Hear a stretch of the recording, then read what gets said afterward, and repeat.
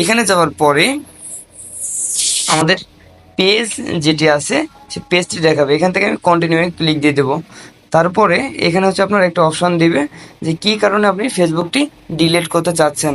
এইখানে দিয়ে দিবেন I no longer find Facebook useful. Okay, continue বাটনে ক্লিক দিয়ে দিলাম। এখানে আপনার এতগুলো অপশানে দেখার দরকার নেই, কন্টিনিউ বাটনে ক্লিক দিয়ে দিবেন। আপনার এখানে দেখুন কন্টিনিউ অপশনটি আছে, ক্লিক দিয়ে দেন। নিচের দিকে আসার পরে এখানে আপনার ফেসবুক পাসওয়ার্ডটি চাচ্ছে। পাসওয়ার্ড দেওয়ার পরে কন্টিনিউ বাটনে ক্লিক দিবেন।